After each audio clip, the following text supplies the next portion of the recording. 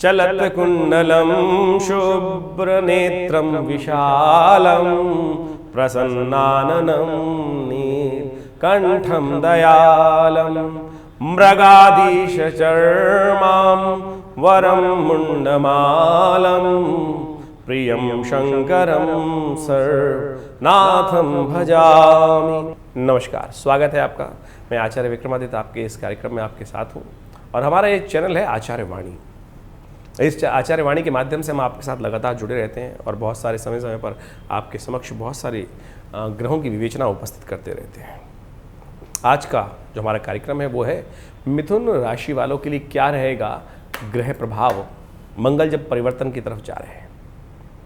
देखिए मिथुन राशि वालों, आपकी राशि के अनुसार से सबसे पहले आप मंगल का प्रभाव समझें कि मंगल आपकी राशि के अनुसार से क्या करने वाले हैं, क्या कर रहे हैं मंगल आपकी राशि में। देखिए मंगल आपकी राशि में बहुत इंपॉर्टेंट भावों के मालिक हैं। मंगल यदि आपकी राशि के अनुसार से बात करें हम तो लाभ के स्वामी हैं। मंगल आपकी राशि के छठे भाव के स्वामी हैं, एकादशवें भाव के स्वामी हैं। छठा भाव वैसे तो रिपुदल माना जाता है, रोग का भाव माना जाता है और वहाँ मंगल ऐसे बड़ा इंपॉर्टेंट भाव रखता है। अब आपकी राशि में कहाँ बैठा है वो तो जन्मपत्री देखने के बाद ही पता चलेगा, लेकिन गोचर के अनुसार समझें तो इसका प्रभाव कैसा रहने वाला है। और उसके बाद मंगल एकादशवें भाव का, लाभ का, इनकम का कई प्रकार से मालिक है और ऐसे में बड़े भाई का मालिक है। कई प्रकार से कई चीज़ों का संबंध रखता है मंगल। इस बारे में हजारों चीज़ समझी जा सकती है कि मंगल क्या क्या प्रभाव आपके जीवन में उत्पन्न करने वाले हैं।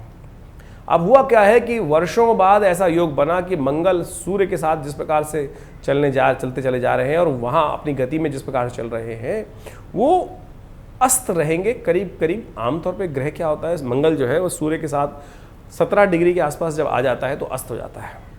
चतुर्थ भाव यानी माता का भाव, चतुर्थ भाव यानी सुख का भाव, चतुर्थ भाव यानी जमीन जायदाद का भाव, वहाँ पंचम भाव यानी बुद्धि, संतान, विद्या, इनका भाव, छठा भाव यानी रिपु भाव, आपकी अपनी राशि जहाँ पड़ी हुई है वहाँ पड़ा, वहाँ पर विशेष रोग का भाव।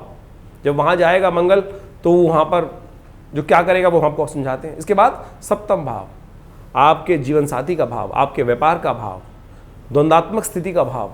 कई प्रकार से इन इंपॉर्टेंट भावों में मंगल का योग चलने वाला है। अब मंगल अस्त का मतलब है मंगल प्रभावहीन, कम प्रभाव वाले हो जाएंगे।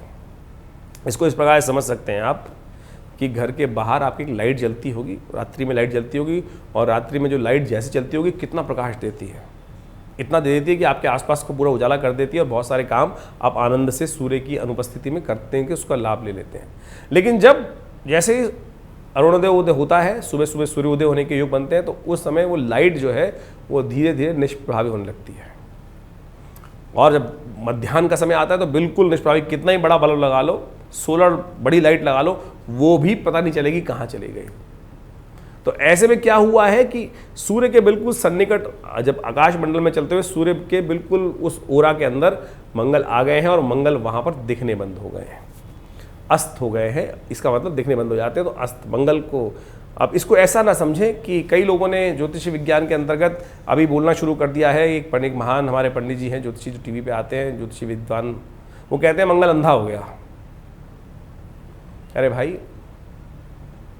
सर्वज्ञानी महाराज, मंगल हैं कौन पहले आप ये समझ लें।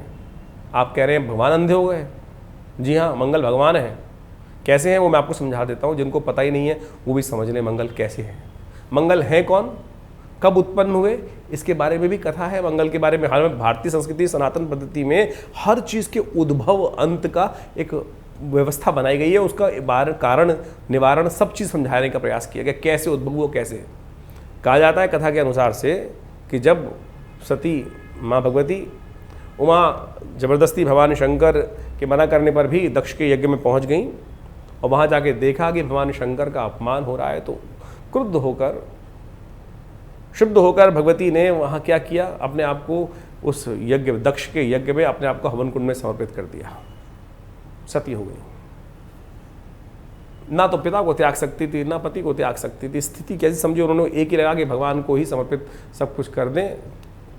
कहा जाता है कि जिस यज्ञ में शिव को स्थान नहीं दिया था वो यज्ञ विध्वंस हो जाता है, और वही हुआ कि माँ भगवती स्वयं सब समर्पित होगी तो यज्ञ भी विध्वंस हो गया। भगवान शंकर ने उस समय में जब उनको ये भान हुआ तो क्रोधाग्नि में उन्होंने पसीने, जो पसीना उनका गिरा उससे वीरभद्र को उत्पन्न किया।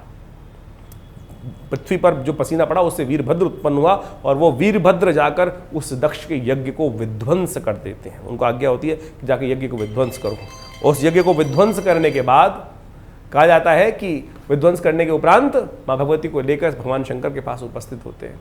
उसके बाद कथा लंबी चलती है, लेकिन भगवान शंकर के आशीर्वाद से वही वीरभद्र आकाश मंडल में बाद में स्थित हो जाते हैं। आकाश मंडल में और मंगल के नाम से जाने जाते हैं। आज भी जब योग बनता है मंगलवार और चतुर्थी का, तो अंगारक चतुर्थी का योग बनता है। उस अंगारक चतुर्थी में मंगल का जन्म दिवस होता है। तो जो लोग कह रहे हैं कि मंगल अंधा हो गया तो मूर्खता की बातें करते हैं। उनको ज्ञान विज्ञान के बारे में कुछ पता ही नहीं है। भारतीय विज्ञान को समझें। अगर मूर्खतापूर्ण आप ज्योतिष का इतना अनधिकार चेष्टा करके आप कुछ कर लेते हैं कि भगवान को भी अंधा कहने की बात कर सकते हैं, तो समझे ज्योतिष के अंदर कहा गया है कि मंगल जब कोई भी ग्रह सूर्य के आसपास आ जाता है तो अस्त हो जाता है। अस्त का मतलब है प्रभाव कम हो गया, दिखना कम हो गया, आकाश मंडल में दिखना उसका कम हो जाता है। सूर्य के पास प्रकाश में आके ओझल हो गए हैं, ऐसे में उसका प्रभाव कम हो गया ग्रह का। अब ग्रह का प्रभाव कम होने से क्या कुछ प्रभाव उत्पन्न हो रहा है, ऐसे में कई विचित्र विडंबनाएं बन गई हैं साहब। मैं आप यहाँ ये विषय नहीं था लेकिन फिर भी लेना चाहिए विषय।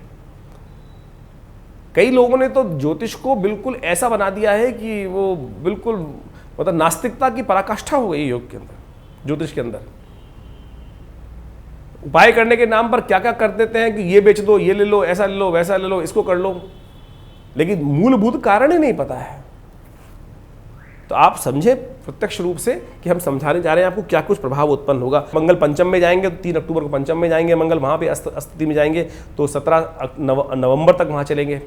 और 17 नवंबर तक वहाँ चलेंगे तो क्या कर सकते हैं, पंचम भाव किसका, सीधा सीधा प्रेडिक्शन है। मैं कोई प्रपंच की बात नहीं कर रहा हूँ, सीधी तरह से हम बताने का प्रयास करें। पंचम भाव बुद्धि का भाव है, पंचम भाव बुद्धि का स्वामी, वहाँ पर बुद्धि भाव में आएंगे तो क्या बुद्धि कम चलाएंगे आपकी, वहाँ पर विशेष तौर पर कष्ट देने के योग दे देंगे, संतान के साथ संबंध को खराब करने के योग दे देंगे।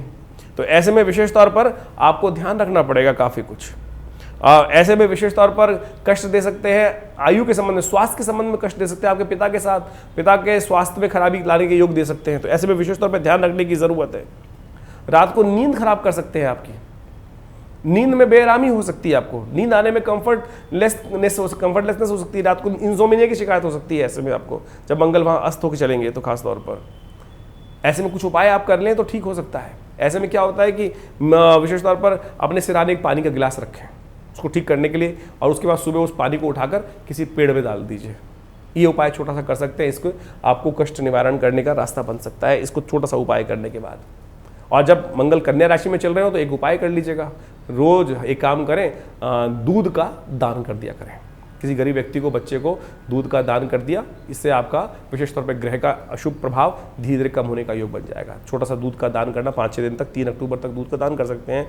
3 अक्टूबर से लेकर 17 नवंबर तक का जो ग्रहों का योग है उसके अनुसार से आप मंगल के मंत्र का जप कर सकते हो। क्रांग क्रीं क्रौंग से भवामाय नमः। रात को सोने से पहले अपने बगल में पानी रख लिया, सुबह उस पानी को उठा के कहीं डाल दिया, ये उपाय कर सकते हैं। एक बात और ध्यान रखिएगा, आपके खासतौर पर पार्टनरों का ध्यान रखिएगा। नौकर को जो आपके अनुचर हैं उनका ध्यान रखिएगा, उनके साथ संबंध खराब होने के योग बन सकते हैं, वो आपको कुछ ना कुछ झटका दे सकते हैं, धोखा दे सकते हैं। ऐसे में ये मंगल का प्रभाव है, इनका भी ध्यान रखिएगा। अपने बड़े बुजुर्ग घर में जो हैं उनका विशेष तौर पर ध्यान रखने की ज़रूरत है। धन संबंधित बातों में विशेष तौर पर ध्यान रखने की ज़रूरत है। कहीं ना कहीं आपकी बुद्धि के द्वारा कहीं ना कहीं जो सही टाइम पे बल्ब जलेगा नहीं, वहाँ नुकसान दे सकते हैं। तो उसको ध्यान रखने के लिए मंगल के मंत्र का नित्य प्रति जप, ओम क्रांग क्रीं क्रौंग से भवामाय नमः, इसकी एक माला रुद्राक्ष की माला से बैठकर नित्य प्रति जप लीजिए, इसका प्रभाव थोड़ा कम हो जाएगा। इसके बाद विशेष तौर पे मंगल क्या होगा, 17 नवंबर से मंगल परिवर्तित होकर अष्टम आपके 6ठे भाव में चले जाएंगे। 6ठा भाव स्वयं का भाव है, वृश्चिक राशि वहाँ विद्यमान है। वृश्चिक राशि में जब जाएंगे 6ठे भाव में गोचर में, तो आपको विशेष तौर पे ध्यान रखना पड़ेगा। उस समय आपको विशेष तौर पे ध्यान रखते हुए कार्य करना है, क्योंकि मंगल स्वग्रही है, वहाँ जाके स्वास्थ्य के मामलों में दिक्कत देने के योग दे सकते हैं।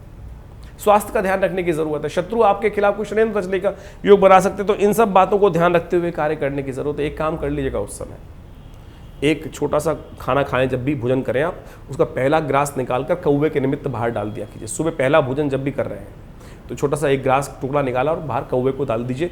ये उपाय नोट कर लीजिए, अवश्य करने का प्रयास कीजिएगा। इससे इस मंगल के प्रभाव को शून्य करने में आपको विशेष तौर पर लाभ प्राप्ति के योग बन सकते हैं। आपके भाई के साथ कुछ ना कुछ संबंधों में विच्छेद आने के, आपके मित्रों के साथ आपके संबंध विच्छेद आने में दिक्कत हो सकती है। ऐसे में ध्यान रखना आपके लिए बहुत ज़रूरी है। ऐसे में आपको एक बात तो ध्यान रखनी चाहिए, घर में छोटे बच्चे हों तो उनको सोना ना पहनने दीजिएगा। उनका सोना पहनना आपके लिए कष्टकारी हो सकता है, तो इस बात का ध्यान रखें। कुछ ना कुछ चोरी, नुकसान, जुर्माना होने के योग बन सकते हैं, तो इन सब बातों को ध्यान रखते हुए आपको काम करना बहुत अच्छा रहेगा। तो ये छोटी छोटी बातें ध्यान रखते हुए कार्य करें। 28 उसके बाद 17 नवंबर के बाद तक से वो वृश्चिक में चलेंगे और 28 दिसंबर को जाकर वो आगे चले जाएंगे। वहाँ जाके कहाँ चले जाएंगे? धनु राशि में, आपके सप्तम भाव में चले जाएंगे सूर्य। वहाँ भी मंगल अस्त चलेंगे। कब तक चलेंगे? 16 जनवरी तक चलेंगे। तो ऐसे में एक काम करिए, उन दिनों आप विशेष तौर पे आपकी बहन हो, बुआ हो, उनको विशेष तौर पे कुछ ना कुछ उपहार आपकी तरफ से देना। क्लैश से बचना। अननेसेसरी के झगड़े आपको परेशान कर सकते हैं, अननेसेसरी के द्वंद्वात्मक स्थिति परेशान कर सकते हैं। ऐसे में हर मंगलवार को हनुमान जी के मंदिर में जाकर जलेबी का भोग, इमरती का भोग लगाकर आप इनके प्रभावों को शून्य कर सकते हैं। तो ये एक ओवरऑल प्रभाव जो हमने आपको बताने का प्रयास किया कि मंगल किस किस क्षेत्र में कहाँ कहाँ परेशानी करने के योग दे सकता है। इसके अलावा भी आपकी राशि में, आपकी जन्मपत्री में कहाँ मंगल बैठा है, क्या दशा चल रही है, उन सबको देखकर पूर्ण विवेचना करने की आवश्यकता है। सबने एक आउटलाइन आपके लिए समझाने का प्रयास किया है। तो इस सब चीज़ों को समझते हुए आप कार्य करें। आगे आने वाले समय में क्या कुछ होने वाला है, ये हमने आपको एक बेसिक समझाने का प्रयास किया है। इसके बाद भी कोई आवश्यकता हो तो आप आश्रम संपर्क कर सकते हैं। नंबर आपके सामने चल रहे हैं। हमारा आश्रम दिल्ली में विवेकानंद योगाश्रम है। दिल्ली में बहुत बड़ा संस्थान है, पिछले करीब 70 सालों से कार्य कर रहा है। 1960 के दशक से ये आश्रम बना हुआ है। हमारे पिता आचार्य श्री केशव देव जी महाराज के सानिध्य में ये आश्रम स्टैब्लिश हुआ और यहाँ बहुत सारे समाज की सेवा के कार्य किए जाते हैं, बहुत सारे सेवा भाव रखे जाते हैं। बहुत बड़ी गौशाला है आश्रम के अंतर्गत, बहुत भंडारे चलते हैं। रविवार को बहुत विशाल भंडारा होता है, मंगलवार के दिन सुंदरकांड का सुंदर पाठ होता है। नित्यपति हर रोज़ करीब 8 घंटे यज्ञ रहता है आश्रम पर। आप भी हर रविवार को उस यज्ञ में भाग ले सकते हैं। इसके अलावा माँ भगवती की दिव्य प्रतिमा है जो 1947 में मुल्तान से हमारे आश्रम पे पधारी, वो प्रतिष्ठित हैं। बहुत चमत्कारी 400 साल पुरानी प्रतिमा है, भगवती की चमत्कारी प्रतिमा है और उनका दर्शन कर लेने मात्र से समस्त कष्ट दूर होते हैं। और दिल्ली में ये विवेकानंद हॉस्पिटल योगाश्रम 100 बेड का योग प्राकृतिक चिकित्सा का हॉस्पिटल है जो कार्य क्षेत्र में है। भारत सरकार के साथ मिलकर कार्य करते हैं हम लोग और बहुत सारे शोध कार्य करीब 100 पुस्तक के आश्रम की तरफ से प्रकाशित हैं जो भारतीय पराविद्याओं पर है। तो ये बहुत सारे कार्य हैं, हम समय समय पर करते रहते हैं। आप भी विवेकानंद योगाश्रम से जुड़े।